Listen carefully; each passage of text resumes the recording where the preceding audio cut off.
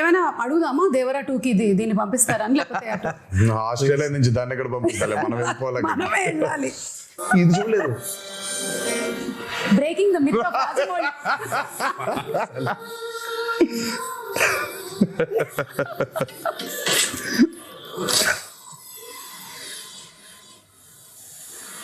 ఓహో శివ, నువ్వు ఇచ్చావు లాకెట్ అది. చిచ్చ